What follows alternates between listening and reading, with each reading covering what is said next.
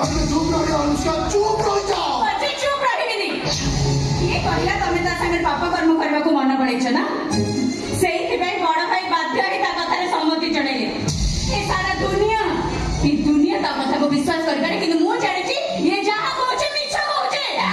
चुप मो कथा ए जाय सरीनी। ये मो स्वामी, मु सेहि भाई कहली जे तांको चरित्र ओबे मोर 100 को 100 विश्वास। तू कोन कहलु सुसाइड कर दो तू? आत्महत्या कर दो? जमा करियोनी केबे नुहे।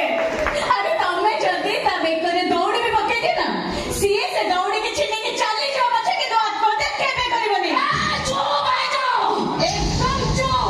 अबे आ पदे कथा कहबो जदी पादर चप्पल धरि के पिटी नै जेबे। जल्दी से पापी चुप। कानादित्य चलो मो सहित। भाई से चले ना। अरे रोई जाओ। हेलो मां, पिटी को कहलु न पिटी के चाली गलु। पापा आके मते पापा बोलु। अरे तो मार सब चरित्र सब गुण को छोड़ी आलु केमिति रे? पापा बोली ओ मां आदि मोरी की स्वर्ग रे अछि, हेले सब कथा आदि मु कहि। आसु बाबू बहुत आगुर बाहर ठियाई मु सब कथा शुणुछि। मो झीर चिड़ा पण तो कानी देखी कथाटा सत बोली भाभी गल ना। मो झीर मिछि मिछि का कांदना शुणी तुम भाई की तुम भूल बुझिल ना। तुम भाई रे चरित्र कौन मु जाने नी, हेले मो झीर चरित्र कौन मु भल भाव रे जाने। या चरित्र आदु भल नुह। जहा कहछ चिंता करी कहछ तो एकदम चिंता करी कहूछि। आते को बेला रे कोन खाई की जन्म करथिला केते ना। तू गुटे बिछुआती गछ, तू गुटे अंगार, गुटे संपूर्ण अंगार। You bloody monger. हो जा तू बोला दुई कूल को हिता। अरे दुई कूल को पिता आइलु केमिति? अरे हे बाहागर पूर्व बाप घर इज्जत महत तले पकाउलु, बाहागर पर शाशु घर इज्जत महत तले पकेलु। कौन पाई तोर एते गर्व? हौ मौसा आपण और किछि कहतुनी।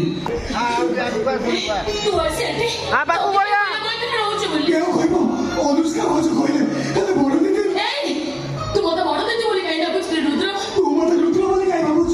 ओ जानिछि तू मते ठीक चिनी पारछु। मो तोरी सानो भाई रो।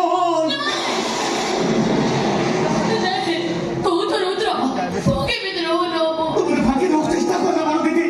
मो तोरी हज जाईति बस सानो भाई रो। तू बड़ दिदी दिदी।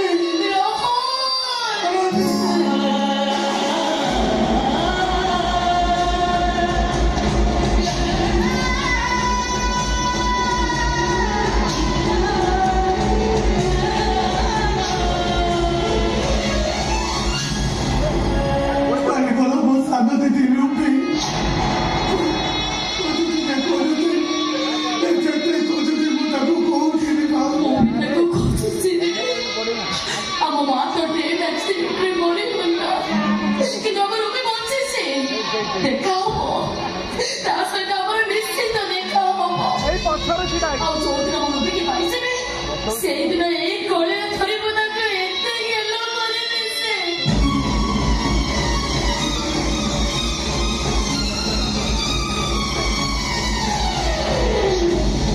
बड़ दिदी तू आज मुंडे हाथ से सत कथा कह। ए शंका से तू कहां पे बिंचू?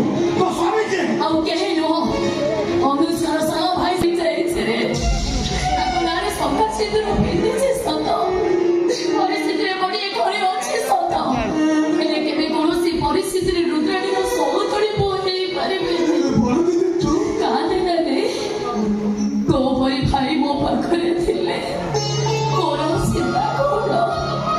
ସୀତା କେବଳ ରୂପୀ ପାଏ। ଯୋଉଦିନ ମୁଁ ରୂପୀକି ପାଇସିବି ସେଇଦିନ ମୁଁ ଟିକେ ଶାନ୍ତିରେ ମରିପାରିବି।